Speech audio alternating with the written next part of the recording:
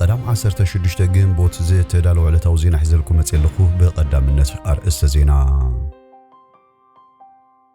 منستر زينا إرتران بلتقنان تحلقتون بتري وقيسو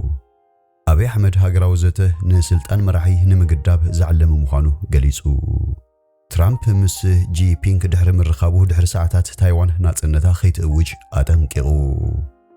دونالد ترامب نبدبات نيوكلير إيران نعسر عامتات دوم بال أخولي خبل تزاريو زي خبركم تخاتلتي ازن كالن حيزلكم متيلخو كساب موداتا مسايك تصنون دحاتتكو أبزا چانال دمه ناي وترو تخاتلت بمخان سابسكرايب بنوار سدرانا نخطقونو بخبري يعجمكم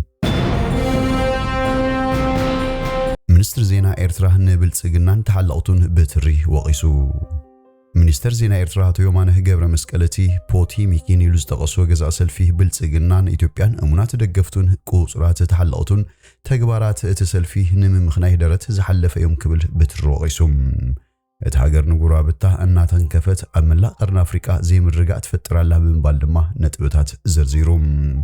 اتي اب خلتشن 18 تنتسفات نبير وزنبره ارق سلام إيرتران إثيوبيان الدحري مززام كنات تግራይን دحيرو دما بوغن إثيوبيا زقربه ناي يغبان حتو اف دغ بحري تدوينيوم كلتين هاجرات دما اب دركوخيت كنات اتين اللوام ابز زحلف سامنتات من محدار واشنطن نتي اب إيرترا بخلتشن اسران حدن زتصنه اجدا كلعل مساس مرا زتصن حزمدنا كم حيش زبل معبالتات ترايوم منستر يمان زيد حرواي زقربو كسيهن منغست بلصقنان تحلقتون امنتاي فولي غديات مخانون انت زي ملكتم ابز حلفه سامنتين باس إيرترا بحبرات منغستات امريكانتهم مزغب سبعو مسلات إيرترا تقيسوم نتم محياش زمدنا امريكا إيرترا زتقاومو جلسبات املكيتو مغلصي اوصيون بارو يرسعن اتبع 19 ميازيا استزرغح مغلصي اتوم نزي اواناو غديات املكيتهم بستفلالي منغدي رؤيتاتهم زقربو زلو ولق سبات ناصاتن تمسيلهم زقربو تخفلتي لوبيتات مخانن بمتقاس نتتفطر زلو تسفاتاتن مزراق ناب زبلي زتمرصه ترخاتاتهم تمليسوم طرطارتات كاتو يفتنو خمزلو وقيسو نيروم حماقات تحازاسوا مسلات زلوه مرجع زكايد ديمقراسياوي قوام منغست زيبله نتخاب صباح ناصنتات حيزا ابز تخلت وتادراوي ملكاو منغستي حيزا تقصل مس زله هاجر زغبر من لعل اجدان محاش زمدنان تسعرنت امريكا زملكت نملكاو سرعات دمه موغوس مخانو زغلص ريتوتاتيو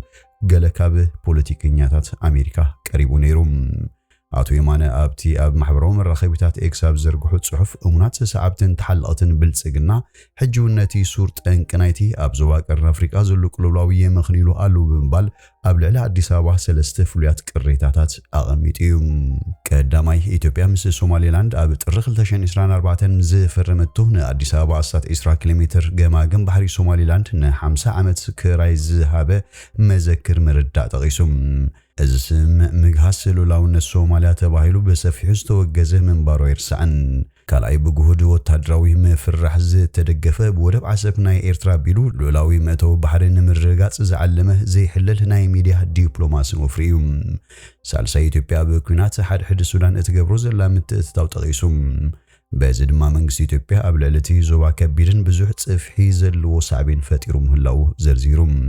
سبسلطان إثيوبيا عسب انتس بسلام منقدي انتس بحيلي موساد زبل حاسب كسقمو زصنحو خوينم إرترا تختاخون زي مخوني كونات نمول عن زعلمي كتبل جالسان يريام ات منسترنت አዲስ አበባ ተقربو زلا إرتران ካልኦት ዘወው መንግስታትን ኣብ ልዕሊ ኢትዮጵያን ኪዳን ኃይልታት ፈጢረን ውዲት የአልማ አልዋዝ ብል ትረኻ እቲ ሐቀኛ ምንጭ ናይቲ ወጥሪን ምኽዋል ዝገበር ግሉጽ ፈተነ ክብል ነጽግዎም كما بحالو نغرنا أفريقيا هنا بكلولاو زدف أوزلونا إثيوبيا هرفان مسفح حنبر نايقروا بتي ملسي أيكونن كقدامي منستر أبي أحمد أبتي برو عاصر سلسلة جنبوت بريزيدنت فرنسا إيمانويل ماكرون أبا أديس أبا أبز تقبل له نحطو أفدق بحري هاجرو على اليوم أبي مجلس يولز بزبلز مسلك عنها بسلامون دبلوماسيون منجدن نعلم الخاو حق مسارات بزجبر الجواب حتى أفدق بحر إثيوبيان ملاس حوي بريزيدنت إيمانويل ماكرون زلوا صلوات تذكيمو حق زنا مخان تزراربنا علنا خمس بله مع كنات زينات هاجر أقل حنين انت هنا أتي أبزي زوبا وطريز الله على قداي أتلو لو وان النت مأتو بحر من رجعت زبل ترخم مخاني في اللاتم የማን አመለክቱ ህዝብታት ተዞባህ በናይ ሓንቲ ሃገር ልዕልና ዝድረኽ መወዳታ ዘይብሉ ግጭት ዘይኮነስ ኣብ ሕድሕዳዊ ምክባር ሉላውነት ዘታንጽህ ነባር ሰላም ይደልዩ ክብል ኣስሚሩሉ እዚ ከምዚ ኢሉ እንከሎ ሚኒስትር የማነ ነቲ 31 ኣህጉራውያን ዘይመንግስታውያን ማሕበራትን ኣባይቶ ሰብኣዊ መሰላት ሕብራት ሃገራትን ዝቐረቦ ጻውዒት ናይ ጸለመ ወፍራ ክብል ወቂሱ ወሲኹቶም ነዚ ጻውዒት ዘቕርቡ ዘለዉ ኣካላት ናብቲ ሃገር ረጊጾም ዘይፈልጡን ብሓፈሻዊ ኣገላልጻ ብዛዕባ ኤርትራ ፍልጦ ዘይብሎ ምዃኖም ገሊጾም እዚ ግብረ መልሲ ሚኒስትር የማነ ዝመጽእ ዘሎ እተን ዘይመንግስታውያን ማሕበራት ብ12 ግንቦት 2026 ኣብ ዝጸሓፍዎ ደብዳቤ ኣብቲ ካብ 15 ሰነ ክሳብ 10 ሐምለ 2026 ዝካየድ መበል 62 ስሩዕ ኣኼባ ባይቶ ሰብኣዊ መሰላት እቲ ባይቶ ንስልጣን እቲ ፍሉይ ልኡኽ ዘናውሕ ጽኑዕ ውሳነ كحلف دحري متصوعني أبي أحمد هاجراو زته نسلطان مرحين مقداب زعلم مخانو قليصو قداماي ሚኒስትር አብይ አህመድ ሃገራው ዘተ ዝካየድ ዘሎ ኣብ ሕገ መንግስቲ ሃገር በዘይ ገደብ ግዜ ተቀሚጡ ዘሎ ስልጣን መራሕቲ ሃገር ንምግዳብ ምዃኑ ገሊጹ መንግስቲ ስልጣኑ ብሕጊ ተገዲቡ ሕገ መንግስቲ ክመሓሽ ኣብ ዝሓተሉ ዘሎ ኩነታት ኣብቲ ሃገራው ዘተ ኣይንሳተፍን ዝብሉ ኣካላት ድማ ወቂሶም እቲ ቀዳማይ ሚኒስትር ነዚ ዝተዛረበ ሃገራዊ ኮሚሽን ዘተ ትማሊ 15 ግንቦት 2026 ጸብጻብ ኣፈጻጽሙ ኣብ ዝቕረበሉ እዋን እዩ ኣብቲ ስነ-ስርዓት ቀዳማይ ሚኒስትር ሓዊስካ ላዕለዎት ሰበስልጣን ፌደራል ክልላትን ኣባላት ቀወምቲ ኮሚቴታት ቤት ምኽሪ ተወከልቲ ህዝብን ከም ዝተረኸቡ ተገሊጹ ኣብቲ መደረ ዘስምዐ ቀዳማይ ሚኒስትር አብይ አሕመድ መንግስቱ ነቲ ኮሚሽን ዝገብሮ ደገፍ ከም ዝቕጽል በዛ ኣጋጣሚ ደጊሙ ኣረጋጊጹ እቲ ሕጂ ዘሎ መንግስቲ ስልጣኑ ከየብቀ እቲ ኮሚሽን እመታቱ እንተኣሪቡ ብዝተኻለ መጠን ኣባይታ ንምውራድ ከምኡን ነቶም እማመታት ተጠቂምካ ንምሕያሽ ድሉ ምዃኑ ኣረድዩ ኣብ ሃገራዊ ቴሌቪዥን ዝቐረበ ናይ 3 ደቂቃ ዝኸውን ናይ ቪድዮ መደረ ቀዳማይ ሚኒስትር ከም ዝረኣዮ አብይ አሕመድ ብኣፈጻጽማ ዕዮ እቲ ኮሚሽን ከም ዝተሓበነ ገሊጹ እዩ ደቅና ማህደር ታሪኽ እዮኹም ታሪኽኩም እናገምገምኩም ክሪኦን ከሎ ብዙሕ ትምህርቲ ከም ዝረኽቡ ብዙሕ ዘጠራጥር ኣይኮነን ክብል ገሊጹ አብይ ብዙሓት ሃገራት ኣፍሪቃ ከም ዓይነት ስራሕ ዝተፈጸመ ኣገባብ ከምዚ መራሕቲ እቲ ኮሚሽን ዝካየድዎ መንገዲ ከም ዘይኮነ ሓቢሩ ቀዳማይ ሚኒስትር ናይ መብዛሕትአን ሃገራት ኣፍሪቃ ሕገ መንግስታዊ ምምሕያሽ ዝተገብረሉ ምክንያት ስልጣን መራሕቲ ንምንዋሕ ክብል ተዛሪቡ ትራምፕ ምስ ጂንፒንግ ድሕሪ ምርኻቡ ድሕሪ ሰዓታት ታይዋን ናጽነታ ከይትእውጅ ኣጠንቂቑ ትራምፕ ኣብ ቻይና ንኽልተ መዓልታት ናይ ስራሕ ምብጻሕ ብምክያድ ምስ ፕሬዝደንት ቻይና ዢ ጂንፒንግ ተራኺቡ እናተመለሰን ከሎ ምስ ፎክስ ኒውስ ብዓረቢ ኣብ ዝገብሮ ቃለ መሕትት ናጽነታ ክትረክብ ኣይኮንኩን ዝደሊ ዘለኹ ኢሉ ፕሬዝደንት ታይዋን ላን ቺንግ ተኣቀድም ኣቢሉ ታይዋን ንገዛእ ርእሳ ከም ሉላዊት ሃገር ስለ እትሓስባ በውዒ ናጽነት ምእዋጅ ከም ዘየድልያ ገሊጹ ነይሩ እዩ ኣሜሪካን ነዊሕ እዋን ንታይዋን ክትድግፋን ክሳብ ነብሳ መከላኸሊ ክኾና ዝኽእል ወታደራዊ ኣጽዋርን ክትቐርብላ ጸኒሓ እያ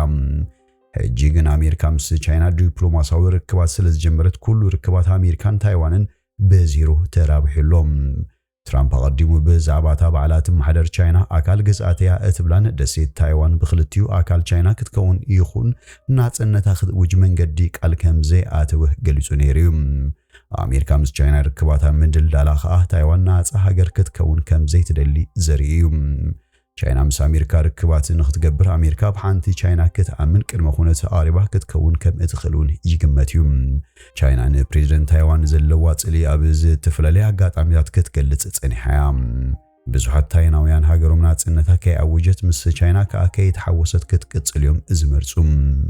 ትራምፕ ምስ ፎክስ ኒውስ ኣብ ዝገብሮ ቃለ መሕትት ኣሜሪካ ብጉዳይ ታይዋን ዘለዎ መርገጺ ካብ ናይ ቅድሚ ሕጂ ዝተፈለየ ከም ዘይኮነን ከም ዘይተቐየረን እዩ ገሊጹ